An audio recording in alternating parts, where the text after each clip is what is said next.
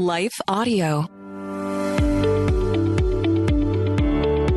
This is Empowering Homeschool Conversations. We want families to come here and gain insightful strategies that empower them to successfully teach diverse learners at home. Hosted by founder and CEO of SPED Homeschool, Peggy Ployer. Our goal is that these powerful weekly conversations will boost your confidence to cultivate the best at-home learning environment for your student. For more homeschool resources, go to spedhomeschool.com. You're listening to Empowering Homeschool Conversations with Peggy Ployer. We'll start the conversation with Peggy and her guests next. The best-selling illustrated Bible for kids and teens, the Action Bible, is now better than ever. The Action Bible Faith in Action Edition is an interactive Bible specifically created for kids and teens ages 7 to 15. The Faith in Action Edition is designed to engage young readers in God's Word through hundreds of vividly illustrated Bible stories in chronological order with activities and games. Readers will grow in God's Word by using QR codes, providing free access to over 2,000 devotionals, hundreds of prayers, character stories, teaching videos, maps, timelines, and much more. Additionally, the Action Bible Faith in Action Edition allows readers to explore the major themes of the Bible like courage, faith, hope, love, service, trust, and wisdom. Each theme provides practical advice on how to live out God's Word. The Action Bible Faith in Action Edition is the best interactive Bible you can purchase for your child or teen. Purchase your copy today at Sam's Club, Barnes & Noble, or Amazon. Has fear stolen your peace? I'm Jennifer Slattery, lead host of the Faith Over Fear podcast, helping you fight your fears and grow your faith. Subscribe at lifeaudio.com. This is Empowering Homeschool Conversations, provided by SPED Homeschool, a nonprofit that empowers families to home educate diverse learners. To learn more, visit spedhomeschool.com.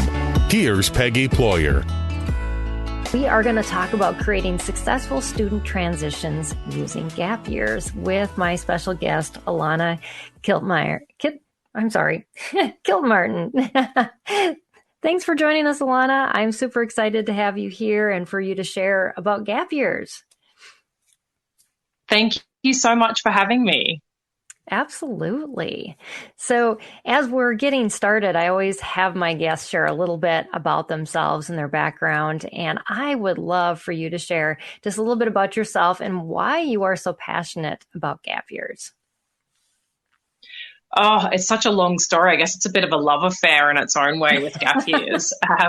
But it really started, I guess, when I took my first gap year. So when I was 18, I finished high school. The first gap year came about because a boy broke up with me when I was 17 years old, which seems kind of silly, but it was kind of how it really went down.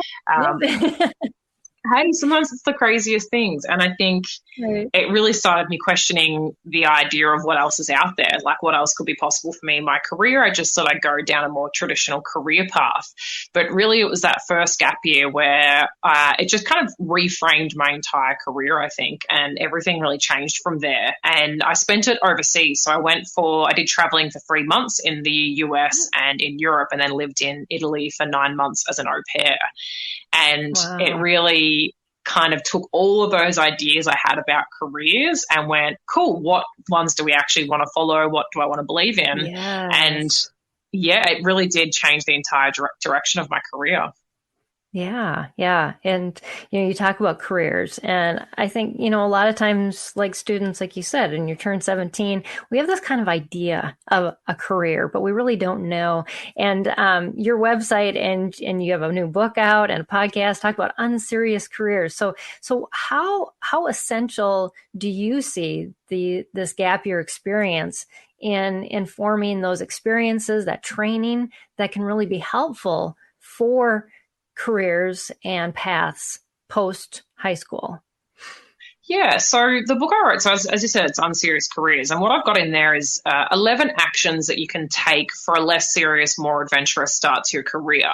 So the book focuses on only the first 5 years of a person's career, pretty much once they finish either their traditional schooling or whether it be homeschooling, and they've kind of finished that, say, curriculum, and then they're going into that next phase of their life.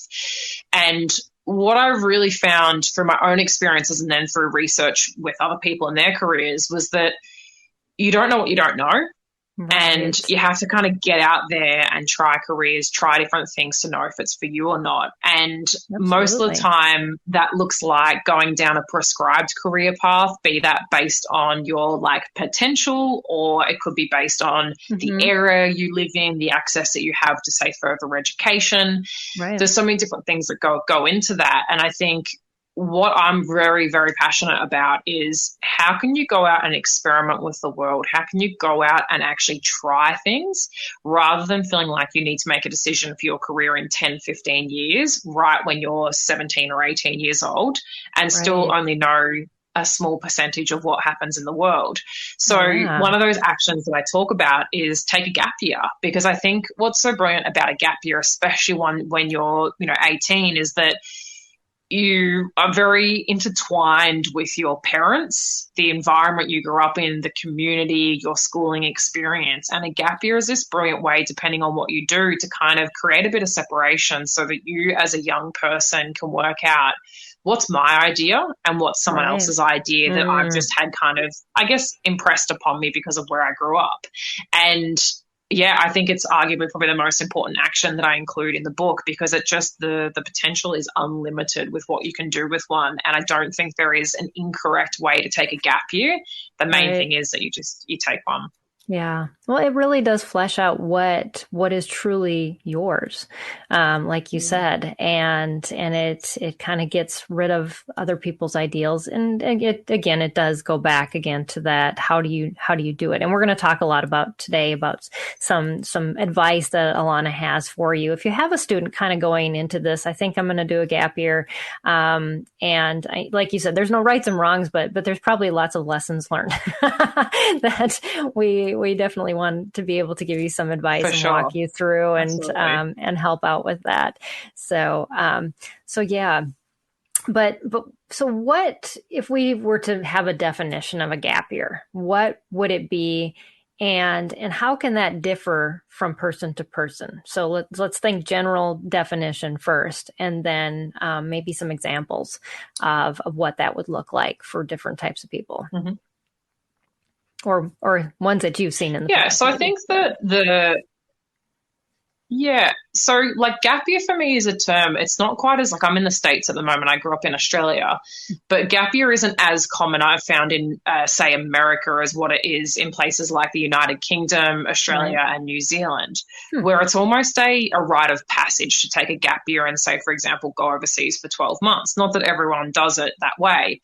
But I think really a gap year is, in the traditional sense, a period of time, generally 12 months, that's taken between schooling, like a high school, and then going on to further education, say, for example, university. That's kind of where, like, I think most people would understand what gap year means. But I think we should really kind of broaden that definition to be essentially just a 12-month gap between one phase of your life and the next phase of your life, where you can go and explore, you can go and experiment, and you can do something different. And the way I like to explain it, especially for a gap year, say that you do go and do after schooling, is it's like a peanut butter sandwich. So if you think about I love that. your schooling as being one piece of bread, and whatever you do in your career, the rest of your life being another piece of bread, you don't really have much of a sandwich if you put the two pieces of bread together.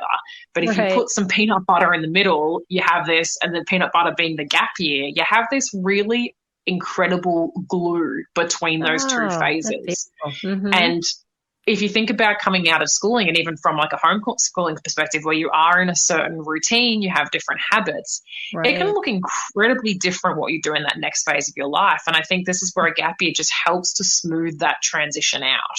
And as an example, like I'm 30 at the moment, and I'm now technically on like an adult gap year. And so the reason why I'm taking that gap year now is because my partner and I had been living in New Zealand for nearly 5 years.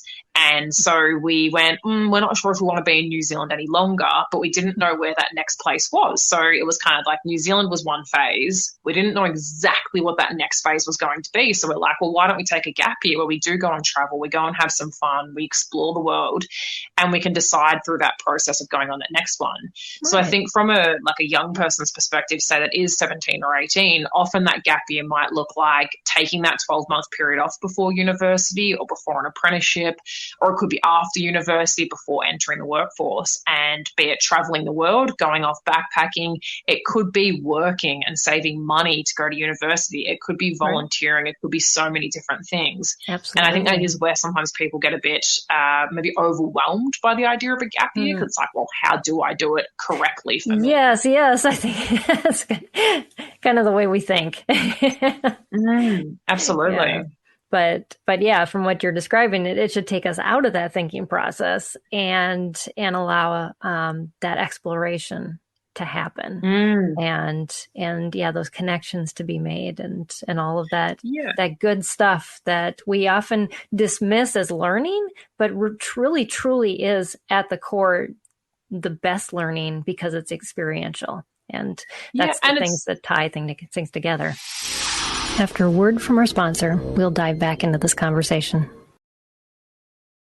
The best-selling illustrated Bible for kids and teens, the Action Bible, is now better than ever. The Action Bible Faith in Action Edition is an interactive Bible specifically created for kids and teens ages 7 to 15.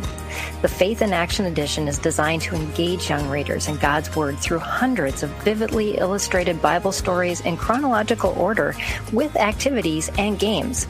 Readers will grow in God's Word by using QR codes, providing free access to over 2,000 devotionals, hundreds of prayers, character stories, teaching videos, maps, timelines, and much more.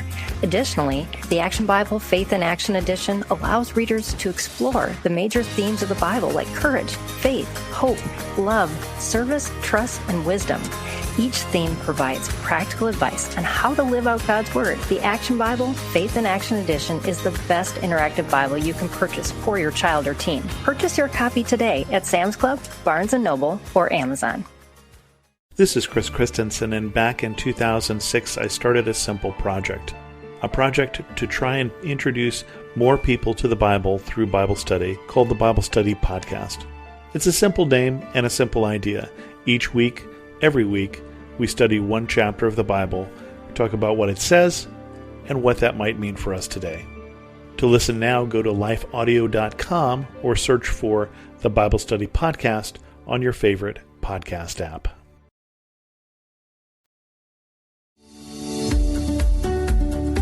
This is Empowering Homeschool Conversations, provided by SPED Homeschool. Go to spedhomeschool.com to get resources and support for teaching your unique learner at home.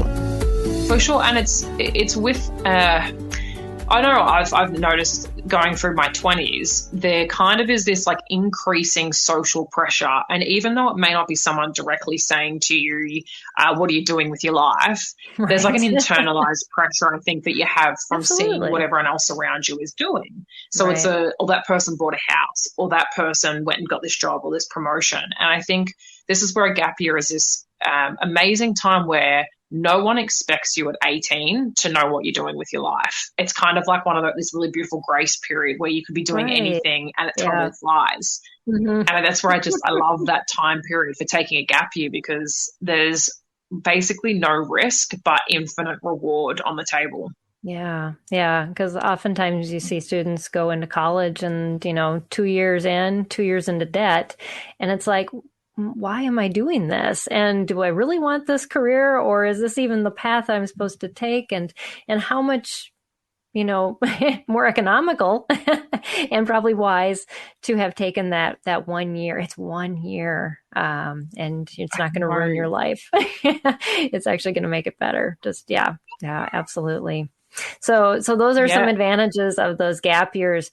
Are there any specific students that you wouldn't recommend taking a gap year, or that you would recommend more so taking a gap year? one of my favorite things is through the process of writing the book, I did interview quite a lot of young people, and I would ask about gap years, and I'd say, did you take one? And then they'd say no, and I'd say, how come you didn't take one? And they'll inevitably say something along the lines of, I was worried I wouldn't go to university if I did take a gap year. Okay. And it's controversial, but I actually don't think I think that that's kind of false, because I think that if you weren't meant to go to university, what's the point in going to university? That if you are worried that you weren't going to, that was going to stop you from going, then maybe university wasn't right for you in the first place anyway. And the only really good reason that I've had someone come up with, I think, for not taking a gap year was a scholarship. And sometimes there are scholarships attached to maybe a university placement that most of them you could probably defer. But if that was going to be the case where you had a free ride through a university, like a post schooling qualification, then of course that would make sense for you to go and do that. But I think it does also depend on the type of person. And the more important probably question is, what type of gap year do you want to take, as opposed to do you want to take a gap year? Because there's a way of doing it depending on who you are as to what you can get out of it. And to me, it's just one of those things that it helps you to really understand what you value, and it will inform every decision in your career from there on. So to be honest with you, most people will benefit from taking a gap year. The question just becomes, how do you want to take that gap year, and what's going to best serve you for you, your life, and your career? Yeah, absolutely. I have a personal story of my daughter this last year. She was pretty certain when she graduated from high school last year that she wanted to be a tattoo artist. And so we were pursuing that. She was creating her portfolio. And in the process of working during her gap year, she realized that physical work and she was diagnosed with something over this year, they didn't jive. It was not a career that she could physically do. And so it really made her go back and say, what can I do physically? What are my gifts? And what track do I want to take? And it has actually moved her towards college. And the same thing happened with my oldest son, who went to welding school, wanted to be a welder, and came back and said, no, I think my brain needs to work more than my body. So, they just learn these things, and better for them to know that from their own experience than as a parent, me saying, well, this is a wiser choice. This is what you're better at. And they wouldn't be as invested in it if we came in from that direction. There's a really interesting thought I've been playing with, and it kind of talks about a bit about what you're talking about there with your own children, that I think we have this very probably outdated view of career progression and how what is career success. And it's kind of this idea of you get into a certain line of work, you work your way up, or you start to make more money, you get the promotions or whatever it is. And that's kind of seen as career progression. So, okay, you have, say, graduated from university, you've then gone into a company, you've started as a graduate, and then 3 years later, you're a junior associate or whatever it may be. But this is what I think happens. If you're making that traditional career progression at a career that you think is a really great fit for you originally, and you're like, this will get me everything that I want, it's a respectable job, people think I'd be good at it, what can often happen is you get to, say, your mid-20s, and you've been doing it for a little while, and you realize, is this all there is? Right. And what can happen is you go, well, now I kind of feel like I haven't made any progress, that I now have to start back at square one, which you never do in your career. You're always making progress. You always take everything with you. But I think what can happen is a young person, I've seen it, so many people come into their mid-20s and they go, what do I do now? I'm so lost. But where I think that career progression really comes from and career success, it comes from being in total alignment with what you know that you want from your life, what you want to experience, how you want to feel on a daily basis, and then aligning your career to that. And for one person, that's going to look very different to the next person. But it's really only when you get clearer on what you want, mainly from your life, that you can then kind of reverse engineer your career to get you that. Whereas I think what kind of happens when we come out of when we are sort of 18 is we end up engineering our life based on our career, as opposed to going out there and experiencing life and going, well, how can I now build that career into that life so that I can make the money that I need to be able to fund whatever it is that I want to go and do? Because otherwise, once again, you get to that mid-20s and you're like, well, I'm not doing the things I actually wanted to do. I don't have the time. I feel like a 40-year-old man in the middle of his career, you know? Absolutely. And you don't like where you are. And that's why you see so many people drop out of what they went to school for at about that age that you're talking about, because it's not satisfying. It wasn't what you were promised. I mean, you're promised like you get this career and your life will be good, and then it's not. And we don't want to lead our kids down that path, or to kind of feed them that lie, truthfully, that this is the end all be all. It's gonna provide everything that you need. But I love what you said about the provision and loving to do what you do. I mean, that really, in essence, that's what we need. We need to be able to provide for ourselves, you know, and make an income so we you know can pay for our own needs and the needs of anybody dependent on us. But at the end of the day, do you find joy in what you do? And that's what feeds you, you know, feeds our soul, is about, you know, this is what feeds me back. Because we can give and give and give, and it'll just work us to the grave.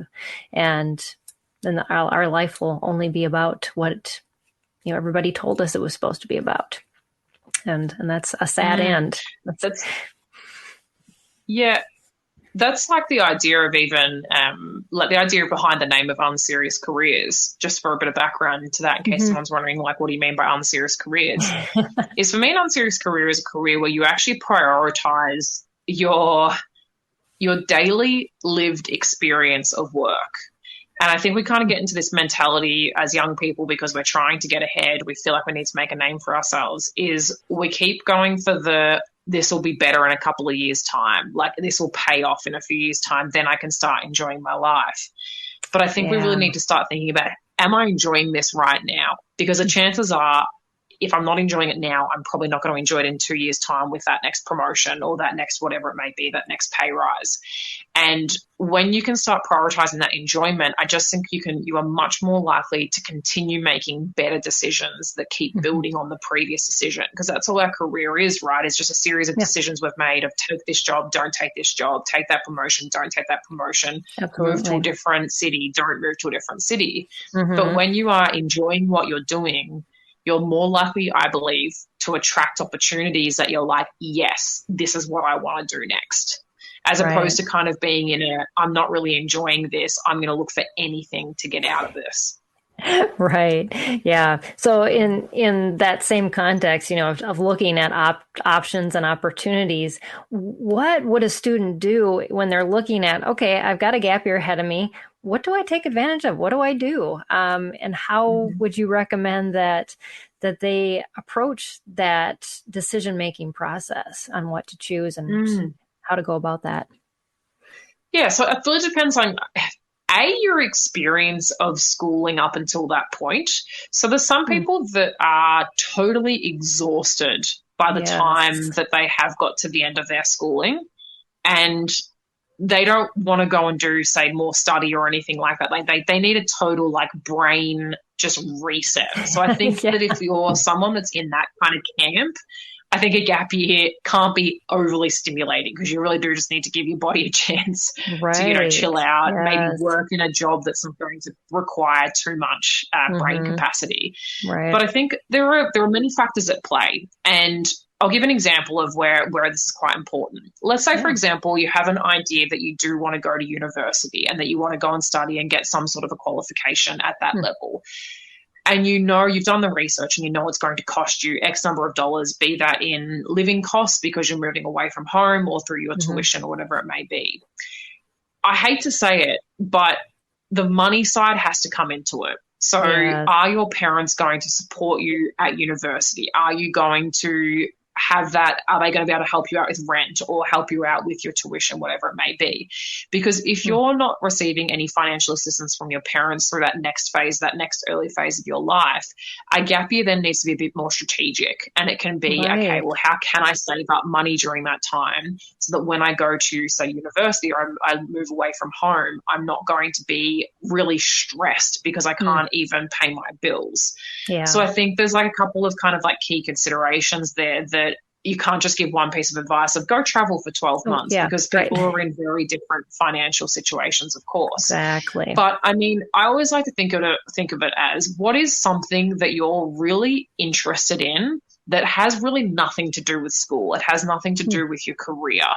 And can you build that into a gap year or create a gap year out of that? So an example for me with my gap year was I wanted to learn how to speak Italian fluently. I wanted the experience of learning another language through living in another country. So it was like, okay, well, how could I then go and spend an extended period of time in Italy? Okay, well, it's going to cost me a fair bit of money if I'm doing that and not working. So can I get a working holiday visa? Yes, I can. Right, what would I be able to organize before I go so that I know I have a job when I get there? And that's kind of when the nannying piece came into it of, well, all of my costs will be taken care of. I won't have accommodation costs. I won't have food costs. It'll just be I get like an allowance each week.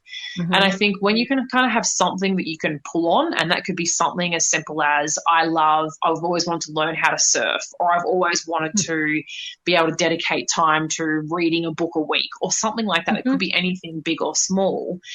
I think there has to be some degree of enjoyment in a gap year. And as I said, you don't have to do the same, you don't have to do the same thing for the whole 12 months. It could be that you start off working for 6 months at the job that you had part-time during school, but that you then go full-time and then spending 3 months overseas and then spending 3 months doing something else. I think you've got to start somewhere. And I think consider the financial ramifications of what you want to do in that next phase, but then also what's something that you enjoy and that you can pull that thread to see what you might be able to do with that. Yeah, that's great advice because everybody is so different. And I never even thought about just that burnt out phase.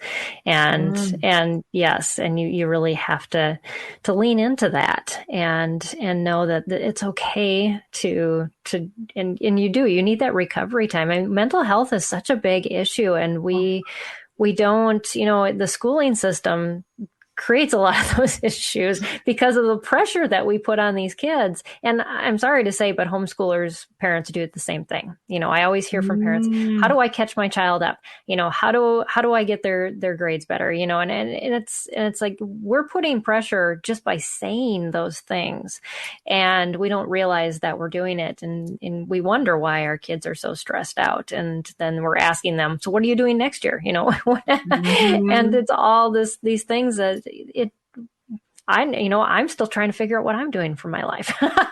So why am I asking my kids?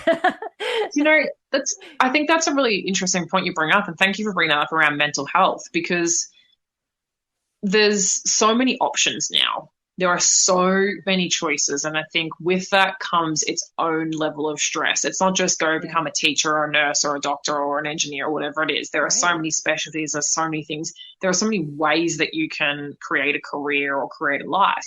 Yeah. And let's be honest, the mental health rates are higher than they've ever been, especially in young people. So we're not doing something right. Something's not going right. So we kind of have to go, well, how can we do this differently? And that's where I do love the ethos behind homeschooling. But from what I have heard, there are still a lot of the same issues. And it's almost like I don't know if you use this phrase in America, but there's a bit of a chip on your shoulder. So it's almost like you've got something to prove, because it's like, well, I'm doing it differently. So now I need to prove that either my child can be just as good, if not better, because they've been homeschooled. And I think what's the kind of, what's the purpose of it all? Like, what is the purpose of school? Yeah. What is the purpose of a career? And I think that's where it's really on a young person to go and decide that for themselves, that a parent can't decide that for their child. Absolutely. Yes. Because the influence only goes to our doors, and, I've seen my kids that have picked up those ideals and run with them because they really felt like the ideals that we raised them with the basis of what they thought was the core of what they agreed with as far as their belief systems. And it wasn't something that I hammered into them. And that's what you really want. You want them to flesh it out. You want them to say, I do this because I want to do it. And because I just find that this is in alignment with how I've seen truth, in my own life, and things work out. And yeah, we all do it different. And I think, like you said, it's how we try to portray this as a successful thing. Thankfully, homeschooling has taken a huge turn since COVID, and everybody realized just, how much better a lot of it has worked for our kids, just because they can go at their own pace. But unfortunately, we do think of those averages and those other paces, and that makes it more difficult again. Yeah, of course. Yeah. So, going into a gap year also, as far as setting boundaries, what, whether it's a parent setting boundaries saying, you're allowed in my house, these are the rules that you have to play by now that you've graduated, or even for a student to set boundaries for their own self. What are some recommendations that you have as far as just ways to make the gap year the most successful by providing those preset limitations, or I guess just definitive, maybe a timeline or anything else that you've seen be helpful in that process? Yeah, so I think a gap year is amazing because it does put a timeline on it. And I think that's actually really important, as opposed to it being, I don't know what I'm doing, so I'm just going to go and try a bunch of stuff, which still has its own benefits, don't get me wrong. But I think for the individual, but also for the family unit as well, it helps to know that there is a timeline on it. And even if that means that you get to the end of that gap year and you're like, you know what, I'm going to take another one because I'm enjoying myself. I want to try something different. And then it just rolls into a career anyway, and that becomes a life for me. But I think that's what's brilliant about it, is you put that timeline on it and you go, I'm going to take 12 months to fill in the blank, whatever it is. But where it really starts, I think, is a conversation. And when I think back now, I went to university, but when I think back now, I do not really recall having a proper conversation with my parents about the financial investment of university and what they would be able to support me with versus not, and what their expectations were. And I've found this to be the case with people that I've spoken to that are both in their teenage years and beyond, that it's actually not even clear, that communication between parent and child about what a parent is willing and able to provide and what a child expects maybe as well. And the communication, I think, is key, because at the end of the day, just because you've turned 18 doesn't mean you're a fully fledged adult and you're totally independent and you don't need your parents. Let's be honest. Like, it takes a lot longer, that kind of, once again, transition, that separation. And I think that is where it does start, just with that conversation to begin with. And I think there are a lot of parents out there, yourself, you would be one of these people, that you're an advocate for a gap year, but there are a lot of parents that still have hesitations around gap years, believing, once again, kind of that idea of like, my child won't then go and do whatever it was, go to university, start an apprenticeship. But that's kind of a bit of an outdated view on it, based on probably their experiences when they were going through the schooling system, or they've heard that story of, well, my child took a gap year and then they never went, and now they're whatever they're doing. So I think if you can start with an open, honest conversation between parent and child, and that can be instigated by the parent, that could be instigated by the child, of just, this is what I'm thinking about doing. You don't have to justify it as a young person. You don't have to justify why you want to do it, because at the end of the day, you can make your own decisions. But in my experience, your life will be a lot smoother and a lot easier if you can have the support of your parents. That doesn't have to mean financially, but if you can have the the emotional and just the life support from your parents, so that when maybe you are having a tough time in that gap year, or you need to problem solve something, or you're not really sure, you have people already in your court that can then come and help you with that and give you some advice or whatever it is, and not people that are going to say, I told you so, this is why you shouldn't have done this. So I think that kind of conversation is really important. And it really, I think, helps even in the transition between that parent-child dynamic and that kind of almost like equals, like you're now equals, like you've got a child, you know, my parents are always going to have a certain dynamic, of course, because they are my parents. Right. But I really believe it was through that kind of gaining my own independence on taking a gap year that we could have better conversations as parents and child as well. Yes, it's so true. And yes, and we found that having that definite timeline as parents gave us that relief that they're not just going to be hanging around the house. And, you know, and there's some things that, for my middle child, especially, who tends to be more free floating, that was, I think, the biggest concern with me and my husband, was what are you going to do with this year? And so he kind of gave us some ideas of what he wanted to explore. And so we had that conversation back and forth of, you know, this isn't just a year to hang around the house, you know, and so he actually taught himself how to play 2 different guitars, and he did some volunteer work, and he actually went to Russia with me. I spoke at a homeschool conference there, and so he was doing some volunteer work for our organization. And so yeah, got to see the world and dive into music, which is his passion. And then when the year came up, we said, okay, you know, this month is coming, you know, it's now time to start looking for a job, or if you haven't already, you get on it right now, because this is when it ends. And yeah, so if you're a parent listening to this and saying, I don't know, I've got this child that is just kind of a free floater, just know that if you set those boundaries, you know, if you feel like you have to have it in writing, put it in writing. I don't know if that would be helpful, but yeah, it depends on your relationship with your child. But those have been it. For us, it has helped all of our kids. And, you know, I thought they had pretty good high school careers too, and had learned a lot, but there was something above and beyond that, of going into that time. Yeah, I think I'm a really big advocate for, and it's actually one of the actions that I talk about in my book, which is just live somewhere else in those first 5 years after school. And it goes naturally that a gap year is a perfect time to do that. And when I say live somewhere else, I don't mean that you have to uproot your entire life and move across the country or move to a different country. It just more means to go and experience what it's like to be in a different environment that isn't the one that you grew up in, that isn't necessarily under your parents' roof. So that can happen in your gap year, but it doesn't have to happen in your gap year. And I think when you do that, you open yourself up to a completely different perspective, because I grew up, say, for example, on a farm, and it was probably an hour walk to the closest town. I would catch school buses to get to school, all that sort of stuff. My life was very different to someone that was raised in the city. Right. But through me then visiting and living in the city, I got a whole new perspective of like, oh, not everyone is a farmer. Not everyone is like something, you know what I mean? There was a lot of construction, a lot of trades, a lot more manual labor where I grew up, and very, very little office related.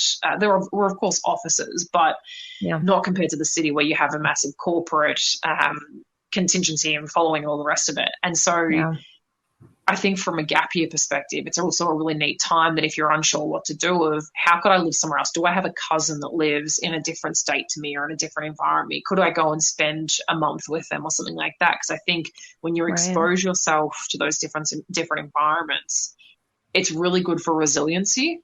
Absolutely. And resiliency is something that is going to keep paying off in a person's career, because you're not always going to get everything that you want in your career. And that if you build up that kind of grit and resiliency, you start to take almost ownership back of your career and understand that, yes, while this person may be giving me a job, I can also choose to leave this job and go somewhere else. Absolutely. Yeah. And in addition to resiliency, I think it also gives us compassion and understanding of other people, because we always, when, you know, we're raised, we tend to come from that perspective of, well, everybody thinks the way I do. Everybody, you know, we just don't even understand. Like you said at the beginning, we just don't know what we don't know. And I found that even just through traveling abroad, is when you get immersed into these other cultures, you're like, oh, they do this different, you know, like you go to to Italy, like we were talking about before the broadcast, lunch is an hour, 2-hour process. It is not a 15-minute, fast food type of thing. And it's an event, yes. And it's in the middle of the day. Yeah. But we have to experience those things to really understand them. And so this is, a lot of what we're talking about is that getting out of that box of, and even though you think maybe as a parent, you've provided a good box for your child, right. That's good. It's a starting place, but they're going to have to live in the world, not just your box. And so these experiences are so essentially important to making them impactful for their life and their career. And so I wanted to kind of just delve into a final question about these experiences lending into preparation for like transitioning to adulthood. There's just so many things. And I think we often just think of careers, but what about life transitions, and what about this gap year experience can really change that whole dynamic? I'll give you a very specific example from my gap year. So I always loved when I was growing up, I loved looking after like younger cousins, and I loved being around younger children. And it was probably part of the reason why I was like, you know what, I could go and be an au pair, like a live-in nanny with a family in Italy. And so I spent 9 months with this family. There was a 6-year-old and an 8-year-old, 2 boys. And so I had studied Italian at school, so I did have a base understanding of Italian, but it was a very like baptism by fire, very quickly. Yeah. So part of my role was to help teach the kids English. And it was a phenomenal experience for a lot of reasons, but I wouldn't have said that was a really happy time of my life while I was nannying, because it was very lonely a lot of the time. Yeah. But not to mention I was looking after children, and I learned very quickly that it's fun to look after a child for 2 hours and play around. But it's a very different thing in the summer holidays, for example, for 3 months to be spending 10 hours every day with these children. But also the fact that there was a slight language barrier. And I didn't have the same authority, I guess, for discipline. So I couldn't discipline the children in the same way that maybe a parent could, because it wasn't even just from sending them to their room or something like that. And in terms of life, I probably had that idea of I'd have kids by my mid-20s, settle down, do all that sort of thing. But honestly, going and being a nanny with the young kids, I was like, I don't need kids for a very, very long time. And I know it sounds so silly, but I look back now and realize how valuable of a lesson that was to learn then, that hey, I have time and I am actually in no way, shape or form ready to have children in the next, even call it 5 years, back when I was 18. And it just, once again, it kind of helped to separate out that idea of, my parents were married at 20, 21. They had kids by their mid-20s, the kind of more traditional way of doing things. And I think it just went, actually, I don't need to do that. I can go and live my life. And when I'm ready to have kids and look at doing that, then I can do that. But there is actually no way I want to do that right now. So I think that that's a really important piece. And so at the moment on this adult gap year that I'm on, so we've kind of been away for about 6 months from New Zealand, but we spent some time back with family in Australia, and we were in Japan and South Korea for 2 months, snowboarding and doing some other little things there. Cool. Basically eating. The food was phenomenal. Yeah. You do a lot of that when you're abroad, don't you? That's pretty much all we did. But one thing that we set out with this gap year, and this is probably just another important piece to say, is that we set out very intentionally on this gap year. And I think that that's the difference between taking a gap year as opposed to just not really knowing what you're doing and trying the first thing when you leave school, because a gap year is very intentional. And when we set out on this to do this gap year, I'm doing it with a partner, so there was kind of another like a different dynamic there. We had really 2 intentions, and one of them was to have fun, which I know sounds very like cliche, but this is what I live by. It's unserious careers. It's like, if I can't have fun, then what am I really doing? So one of it was to have fun because we don't have kids, and that is potentially what that next phase is going to look like. So we don't have kids. Let's go and have some fun. And we had to kind of specify that is one of the reasons why we're doing this. So like when we're feeling like, what are we doing? I have no idea what was the purpose behind all this. We can come back to that and go, you know what? We actually did set out to have fun. So are we having fun? Right. Yes. That's great. But the second intention was to work out where we want to be located in the next phase of our life. And that could be for 2 years. That could be for longer. Is that going back to Australia? Is that moving to another country? Is it going back to New Zealand? But we had that very clear intention before we set out. So as much as this year will be useful from a career perspective, we've actually kind of geared it to be more towards our life more than anything. And having even just spent those 2 months, I think, in Japan, South Korea, the amount of insight and clarity that we got for our lives and what we want to do next was just insane. And I think sometimes it takes stopping doing what you're currently doing then open your mind up to what else is doing it, as opposed to going, well, I know I don't want this, so now how can I work out what that next thing is I can jump to? It's, well, how can I take that transition time to then open my mind up to what that next phase may be? So, yeah, I think gap year is arguably more beneficial for your life than it is for your career. Right. It's like the sabbatical for the normal person. For sure. You know, and we all need that. We all need that time to just not be rushed. I love that you said that. Is we feel like, you know, when we end something else, we have to be starting something new, and it's just expected out of us that you do that. But a lot of times we just aren't ready, and our kids aren't ready for that movement into something new right away, and that ability to try things out. You're not going to fail because you're just trying and you're just experiencing, and that's a beautiful place to be. and to have backing from other people in your life, like your parents, that say this is a good thing for you. Yeah, and there's, like, I don't know if this has been your experience with the parents that you work with, but I think I even think about the idea of, say, mindfulness and meditation, and that's very big at the moment, especially with mental health and trying to help people with that sort of stuff, post-pandemic, all the rest of it. But I think there's also something to be said for, you need to go through some of the hard times yourself. You can't be told about the hard times and what you need to do to avoid them by someone else. And I think even I know it as kind of a 30-year-old now, and it's like, you know, someone might ask me, what do you wish you knew when you were 18? And I'm like, well, there were a whole bunch of things I could have known that could have avoided a bunch of wasted money, wasted time. Yeah. But I think when you try and put those ideas onto a person at 18, you're actually expecting too much from them. And I think this can kind of happen with that kind of pressure, maybe more of that helicopter parenting. It's like this drive to, but I don't want my child to have to go through the hardship I did, or I don't want my child to have to experience what I did. But if I just had known this 10 years earlier, imagine how much further ahead I would be. But it's kind of like, I think you got to go, like, you got to relax. Like, as an 18-year-old, you have your whole life ahead of you, and you can't expect an 18-year-old to absorb every bit of information that a parent provides or school provides around how they can build a really great life or how they can avoid the mistakes they did. I think you've got to start somewhere, and you've got to try something, as opposed to just trying to have all the right answers and not make a wrong move. I think it's more through okay, this is not what I want because I don't like this job, or I haven't enjoyed this as much as I thought I did. That is more valuable often than trying to work out what you do want from the get-go.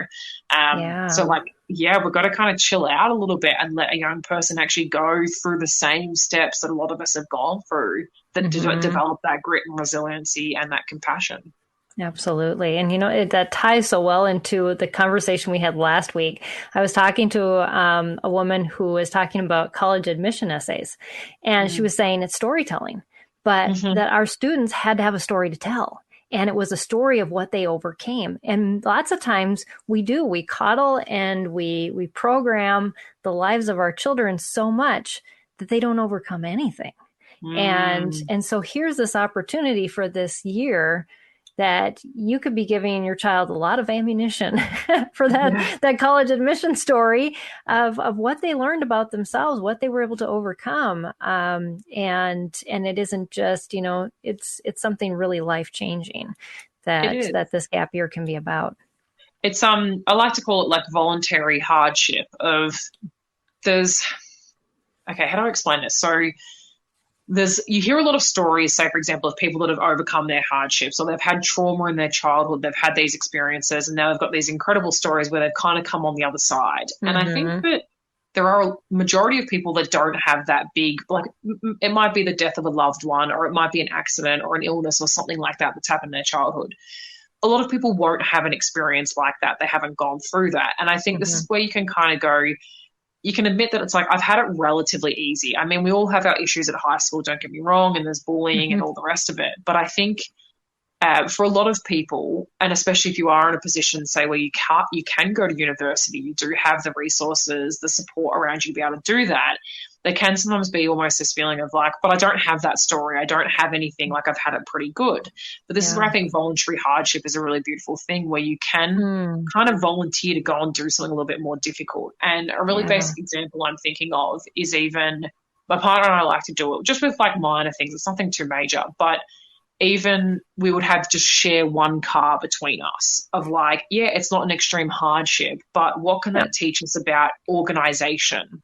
About needing to be more prepared, about sometimes I'm not going to have that car available, so what am I going to do now?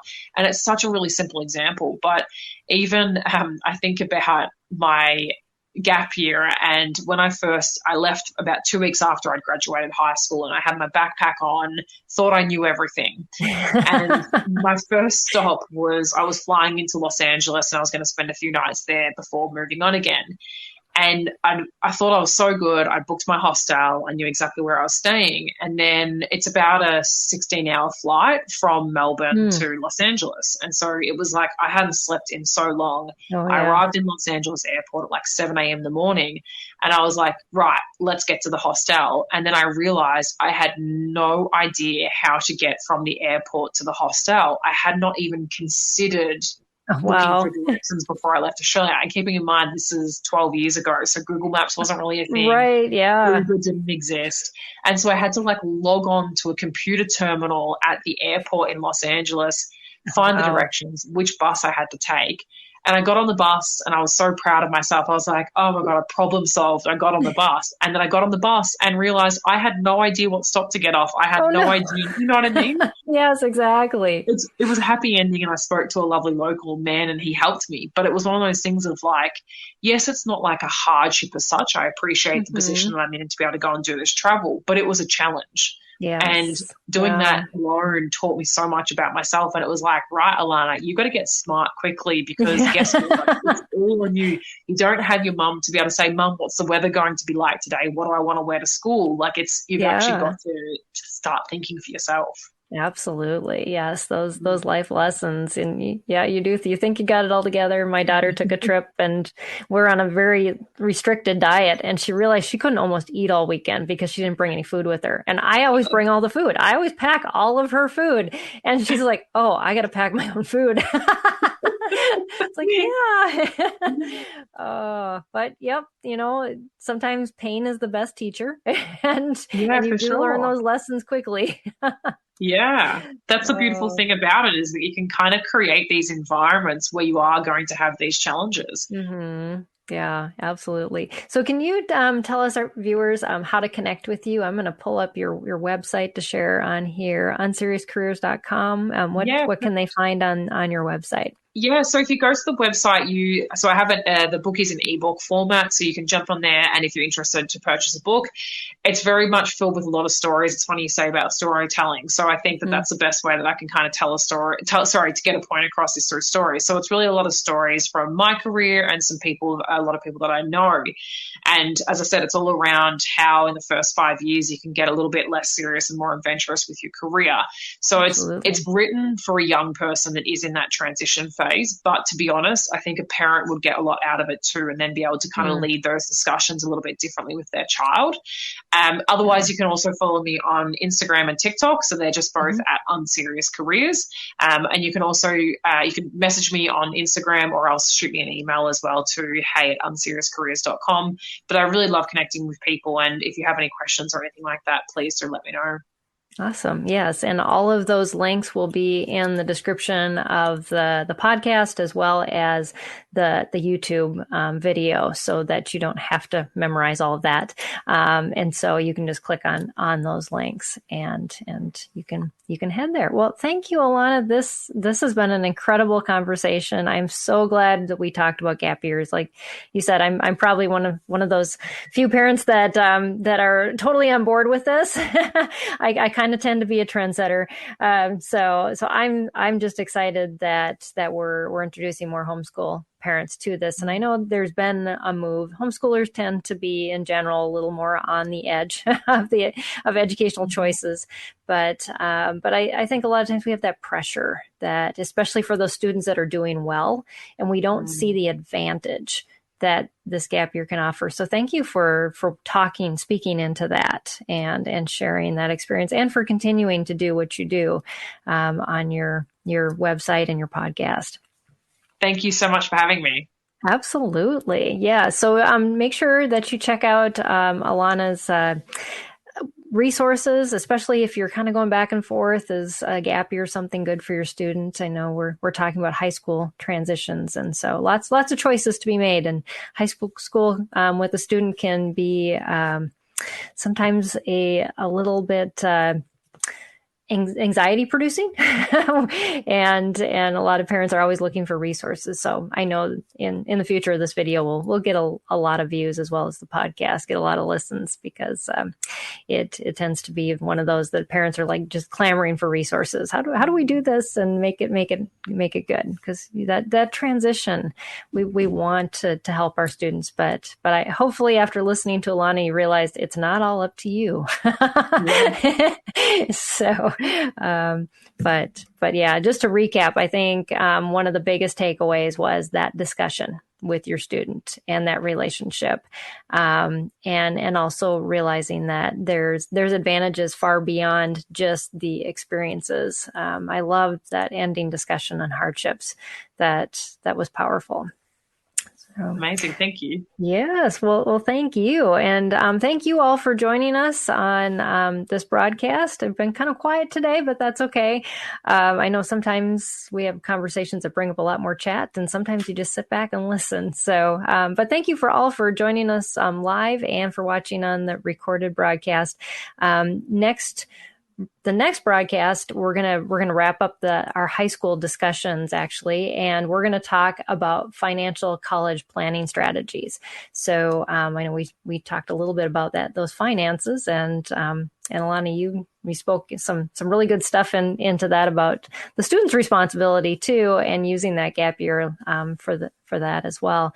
But we're gonna be talking to an expert that is gonna share some planning strategies for parents as well as children for those years ahead. So you'll want to join us for that. But thanks again, Alana. I appreciate you taking time, especially as you're on the road and traveling. And I know that's sometimes hard, but I'm glad your technology stayed together and you were able to finish. Sorry about that. Oh no, it just happens. That's what happens when you're live. So absolutely. Well, take care, everybody, and we'll see you next time. And we'll, for the end of this month's theme. So we'll see you then. Take care and God bless everyone. Bye.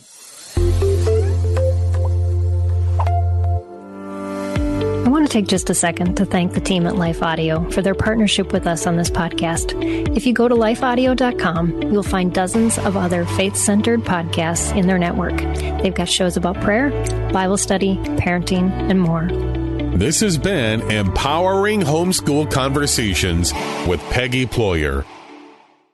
Hey there, it's Nicole Eunice from the How to Study the Bible podcast, and I'd love to invite you to join us as we weekly discover a passage of God's Word together. From beginning to end, from principles to practicals, we are here to make sure that God's Word is powerful and relevant to your life. If that sounds like something you're looking for, I would love to invite you to subscribe. You can go to lifeaudio.com and search How to Study the Bible, and we'll see you there.